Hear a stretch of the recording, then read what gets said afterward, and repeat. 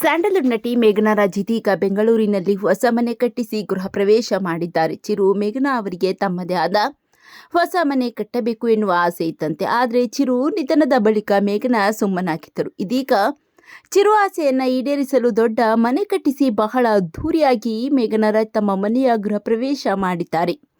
ಇನ್ನು ಮನೆಯ ನಂಬರ್ 42 ಆಗಿದ್ದು ಮೇಘನಾ ರಾಜ್ ಸರ್ಜಾ ರಾಯನ್ ರಾಜ್ ಎಂದು ಮನೆಗೆ ಹೆಸರಿಟ್ಟಿದ್ದಾರೆ. ಆದರೆ ಚಿರು ಹೆಸರನ್ನ ಹಾಕಿಲ್ಲ ಅಂತ ಹಲವಾರು ಅಭಿಮಾನಿಗಳು ನೆಟ್ಟಿಗರು ಬೇಸರ ವ್ಯಕ್ತಪಡಿಸಿದ್ದರು. ಇದೀಗ ಈ ಬಗ್ಗೆ ನಟ ಧ್ರುವ ಸರ್ಜಾ ಅವರು ಅತ್ತಿಗೆ ಮೇಘನಾ ಬಗ್ಗೆ ಎಂತಹ ಮಾತು ಹೇಳಿದ್ದಾರೆ ಗೊತ್ತಾ?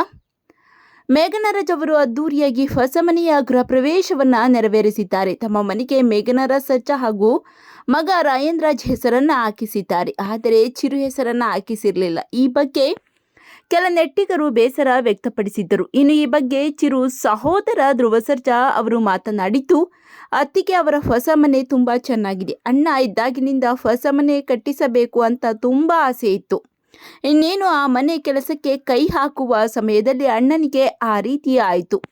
ಇದೀಗ ಅಣ್ಣನ ಆಸೆಯನ್ನ ಅತ್ತಿಗೆ ಈಡೇರಿಸಿದ್ದಾರೆ ಎನ್ನುವ ಮಾತು ಹೇಳಿದ್ದಾರೆ. ಇನ್ನು ಮನೆಗೆ ಚಿರು ಹೆಸರನ್ನ ಇಟ್ಟಿಲ್ಲ ಎನ್ನುವ ಬಗ್ಗೆ ಮಾತನಾಡಿದ್ದು, ಅತ್ತಿಗೆ ಸರ್ಜಾ ಎನ್ನುವ ಹೆಸರನ್ನ ತಮ್ಮ ಹೆಸರಿನ ಜೊತೆಗೆ ಇಟ್ಟುಕೊಂಡಿದ್ದಾರೆ. ಅತ್ತಿಗೆ ಏನೇ ಮಾಡಿದ್ರೂ ಅಣ್ಣನ ಹೆಸರಿನ ಜೊತೆಯಿಂದಲೇ ಪ್ರಾರಂಭಿಸುತ್ತಾರೆ. ಹಾಗಾಗಿ ಅಣ್ಣ ಕೂಡ ಸದಾ ಅತ್ತಿಗೆ ಜೊತೆಯಲ್ಲಿದ್ದಾನೆ. ಅಷ್ಟೇ ಅಲ್ಲ, ಮನೆಯ ಎಲ್ಲ ಕಡೆ ಅಣ್ಣನ ಫೋಟೋ ಹಾಕಿಸಿದ್ದಾರೆ ಎನ್ನುವ ಮಾತು ಧ್ರುವ ಸರ್ಜಾ ಹೇಳಿದ್ದಾರೆ. ಧ್ರುವ ಸರ್ಜಾ ಅವರ ಮಾತಿನ ಬಗ್ಗೆ ನಿಮ್ಮ ಅನಿಸಿಕೆಗಳನ್ನು ಕಾಮೆಂಟ್ ಮಾಡಿ ತಿಳಿಸಿ.